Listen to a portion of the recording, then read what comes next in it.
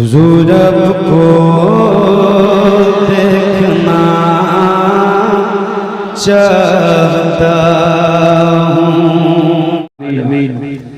انتہائی خلوص و محبت کے ساتھ آئیے ہم اور آپ مل کر اپنے اور ساری کائنات کے آقا جناب محمد رسول اللہ صلی اللہ علیہ وسلم کی بارگاہ بے ناز میں ہدیہ درود و سلام پیش کریں، بلند آواز سے پڑھیں۔ اللہم صلی علی سیدنا و شفیعنا مولانا محمد وعلی آل سیدنا مولانا محمد بارک وسلم۔ صلاۃ و سلام علیک یا رسول اللہ، صلاۃ و سلام علیک یا حبیب اللہ صلی اللہ علیہ وسلم۔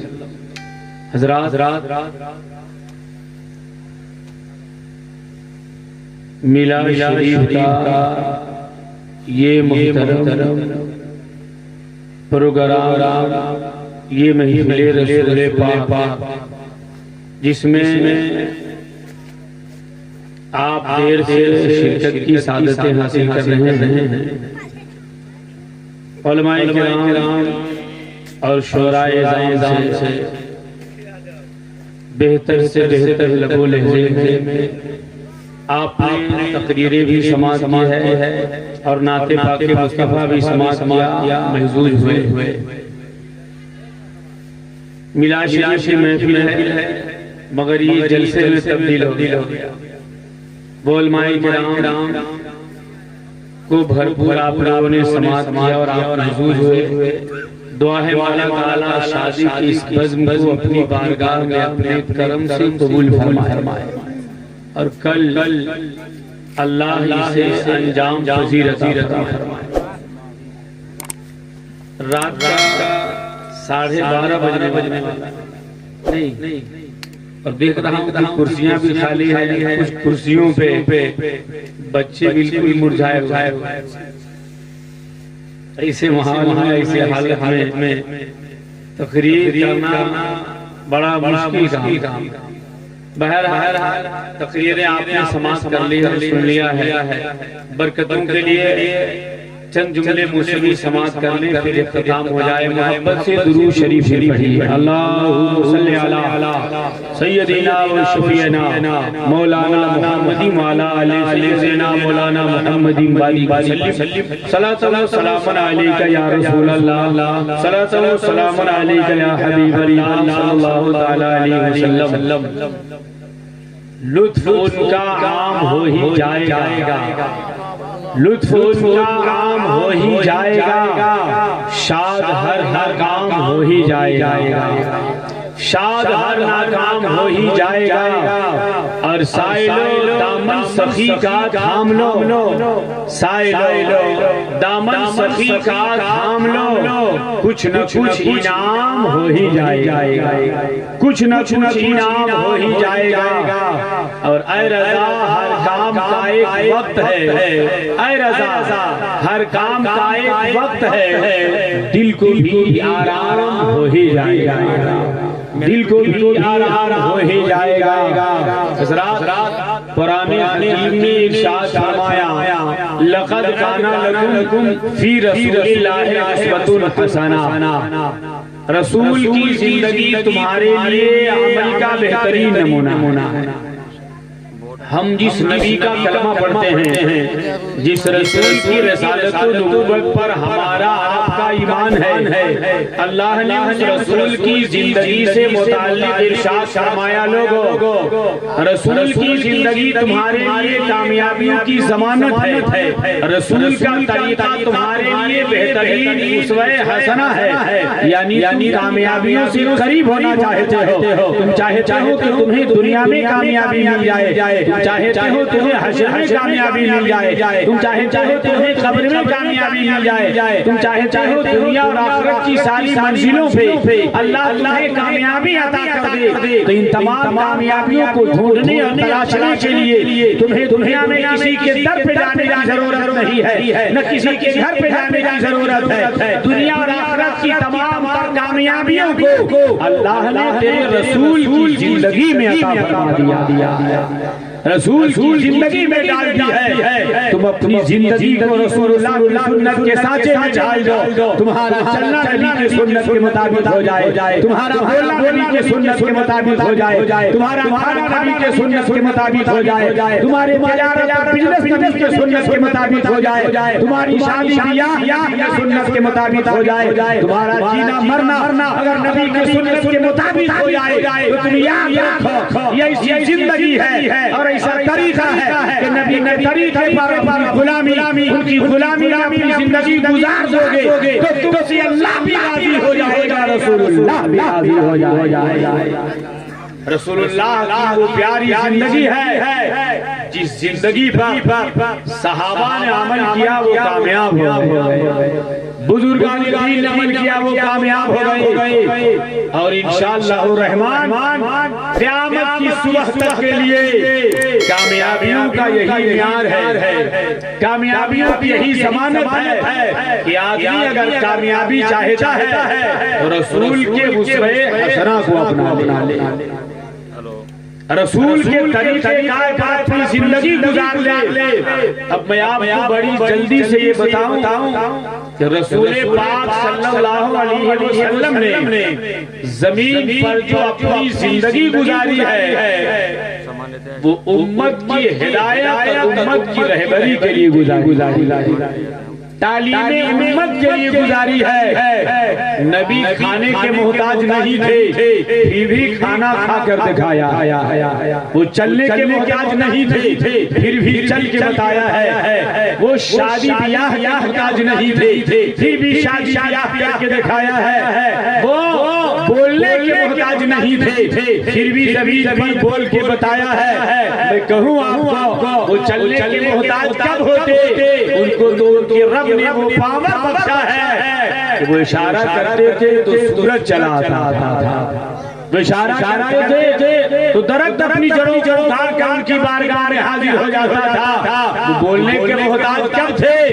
بولتے تھے تو ان کے اشارے سے پتھر بولنے لگتا تھا، ان کے اشارے سے پتھر کلمہ پڑھنے لگتا تھا۔ رسول پاک صلی اللہ علیہ وسلم زمین پر ان چیزوں کے محتاج نہیں تھے، مگر یہ کام اس لیے رسول اللہ نے کیا امت کو کرنے کا طریقہ معلوم ہو جائے۔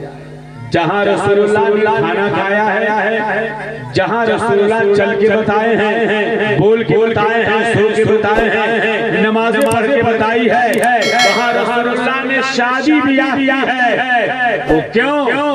اس لیے کہ امت کو شادی کرنے کا طریقہ معلوم ہو جائے۔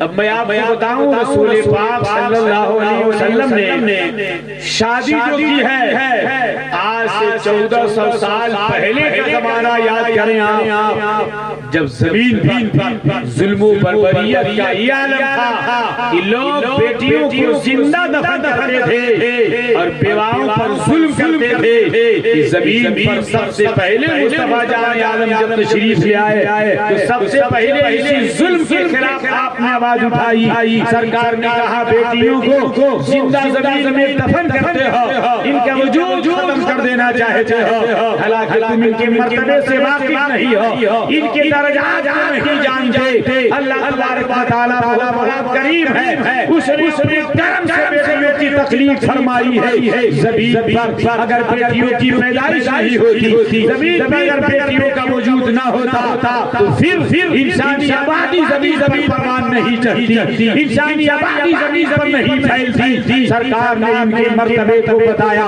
کہا یہ لوگوں کا وجود زمین پر ہے، کیسے حضرت موسیٰ علیہ السلام کی گود میں آئے ہیں، حضرت زکریا علیہ السلام کی گود میں آئے ہیں، حضرت یوسف علیہ السلام کی گود میں آئے ہیں۔ یہ ماں کا وجود زمین پر ہے کہ ان کی گود تمہارا پیغمبر تشریف لے آیا۔ اگر یہ نہ آتے انبیاء کس کی گود میں آتے، صحابہ کس کی گود میں آتے، سلف و صالحین کس کی گود میں آتے، فقہاء محدثین کس کی گود میں آتے، ائمہ مجاہدین کس کی گود میں آتے؟ نہیں آتے تو اولیاء اللہ کس کی گود میں آتے۔ یہ ان کا وجود ہے، یہ ان کی برکتیں ہیں کہ اللہ تبارک و تعالیٰ نے ان کی برکتوں کی خوشبوؤں سے زمین پر انسانی وجود بخشا ہے۔ اسے پتہ چلا اللہ نے عورتوں کو، بیٹیوں کو رحمت بنا کر کے زمین پر پیدا فرمایا۔ الحمدللہ صاحب خانہ بیٹی کی شادی خانے آبادی میں رسول پاک صلی اللہ علیہ وسلم کی عظیم الشان محفل منعقد کی، جلسے کی شکل میں علماء کرام کو بلایا، دور و دراز سے بڑی شاندار نعتخوانی اور بڑی شاندار تقریریں علماء کرام کی ہوئی۔ یقیناً جتنی دیر آپ بیٹھے اور جتنی دیر آپ لوگوں نے شرکت کی، اللہ تبارک و تعالی یہ تمام تر اوقات کو ہمارے اور آپ کے لیے نجات کا ذریعہ عطا فرمایا، نجات اور بخشش کا ذریعہ عطا کیا۔ دین کی باتیں سننا اور سمجھنا، ایک لمحہ دین کی بات سمجھنا اور سننا رات بھر نفلی نماز پڑھنے سے بہتر ہے۔ علماء کرام کی زبانیات کی باتیں سن لی ہیں، تقریریں سماعت کر لی ہے۔ سرکار نے کہا بیٹی رحمت ہے، یہ جس گھر میں پیدا ہوتی ہے اللہ اس میں رحمت کا دروازہ کھول دیتا ہے، اور جس دن یہ سسرال جاتی ہے سسرال والوں کے لیے نعمت بن کے جاتی ہے، اور جس دن یہ ماں بن جاتی ہے اللہ اس کے قدم کے نیچے اولاد جنت عطا فرما دیتا ہے، جنت ڈال دیتا ہے۔ تو بیٹیاں خوش نصیب ہیں۔ رسول پاک صلی اللہ علیہ وسلم نے ارشاد فرمایا بیٹیوں کو محبت سے پرورش کرو، اس لیے کہ بیٹیاں جب شریعت کی حفاظت کر لیتی ہیں اللہ پاک کے تبسل سے ماں باپ کو جنتی بنا دیتا ہے، جنت کی خوشخبری عطا کر دیتا ہے۔ اس لیے رسول پاک صلی اللہ علیہ وسلم نے اپنی بیٹیوں کی شادیاں کی،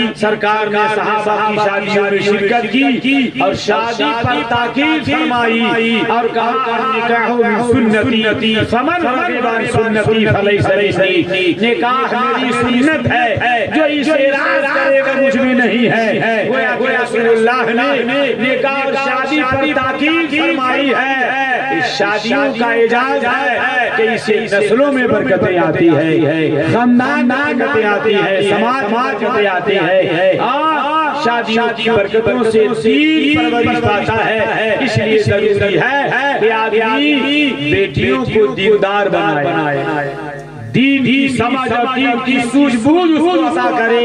انشاءاللہ الرحمن بیٹیاں دیندار ہوں گی، دین کی سمجھ اس کے اندر آئے گی، وہ نماز کی پابندی کرے گی، روزوں کی پابندی کرے گی، شریعت کی حفاظت کرے گی۔ تو الحمدللہ ان کی حفاظت کی وجہ سے خاندان بھی خوشگوار ہوگا، نسلیں بھی خوشگوار ہوں گی، اور ان کی فیضان کی وجہ سے ماں باپ بھی جنت کے حقدار۔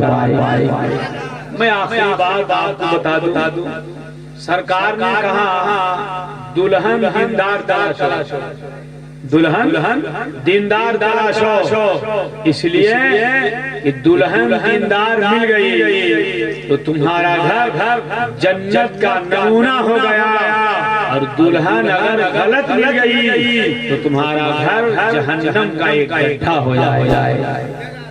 یہ وہ کہہ رہے ہیں جو قانون ساز پر ہیں، جو قانون داں پیغمبر ہیں، کہا دلہن دیندار تلاشو، مگر ہم لوگوں کے آج تلاشنے کا معیار یہ ہے کہ ہم لوگ ڈائریکٹ پوچھتے ہیں کہ انٹر پڑھی ہے کہ نہیں، میٹرک پڑھی ہے کہ نہیں۔ کبھی ہم لوگوں نے انتخاب میں یہ نہ پوچھا کہ اس لڑکی کو دلہن بنانا چاہتے ہیں، اسے اپنے گھر کا بہو بنانا چاہتے ہیں، دیکھیں کہ وہ قرآن پڑھی ہے کہ نہیں، اس بیٹی کو ثنا یاد ہے کہ نہیں، تحیات یاد ہے کہ نہیں، درود یاد ہے کہ نہیں، دعائے معصورہ یاد ہے کہ نہیں، ظہر میں رکعت نماز ہے بیٹی کو معلوم ہے کہ نہیں، اصل میں رکعت نماز ہے بیٹی کو معلوم ہے کہ نہیں، مغرب میں کتنی رکعت نماز ہے، وہ وضو میں کتنے فرائض ہیں، غسل میں کتنے فرائض ہیں، ہم ان چیزوں کی بات و لحاظ نہیں کرتے، ان چیزوں کو نہیں ڈھونڈتے، اسے دلہن بنانا چاہتے ہیں۔ دینداریت کا طریقہ یہ ہے کہ ہم اسے تلاش کریں۔ آج ہمارے کہتے ہیں کہ انٹر اور بی اے ہے کہ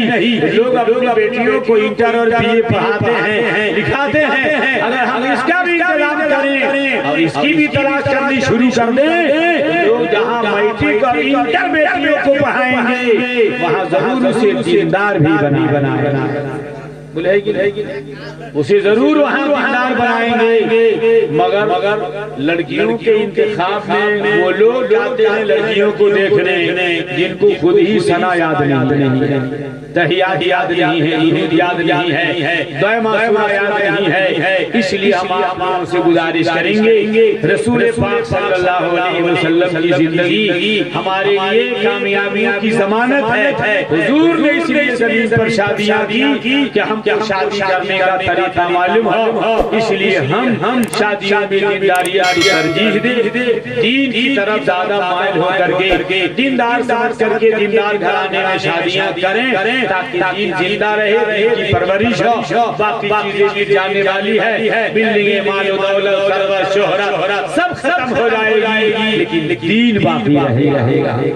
تقوی پرہیزگاری باقی رہیں گے۔ اس لیے رسول اللہ نے اپنی بیٹی فاطمہ زہرا کی شادی حضرت علی سے کر اور کر کے بتایا دین زندہ رکھو، تقوی طہارت دیکھ کر کے شادی کیا کرو، انشاءاللہ الرحمن نسلوں میں برکتیں ہوں گی، زندگی کامیابیوں کے قریب ہوگی۔ قرآن کریم نے کہا لقد کان لکم فی رسول اللہ اسوۃ حسنہ، رسول کی زندگی تمہارے لیے عمل کا بہترین نمونہ ہے۔ اللہ تبارک و تعالیٰ کی بارگاہ میں دعا ہے مولا تعالیٰ شادی کی بزم کو اپنی بارگاہ میں قبول فرمائے اور برکتوں سے رحمتوں سے نمازتے ہوئے اللہ کل سے انجام پذیر عطا فرمائے۔ اللہ پاک علماء کرام نے جو بیانات کیے اللہ پاک کی بیانوں کو اپنی بارگاہ میں قبول فرمائے، ہم سب کے لیے ان پیاری باتوں کو نجات کا ذریعہ عطا فرمائے، آمین۔ وآخر دعوانا ان الحمدللہ رب العالمین۔ کھڑے ہو جائیے۔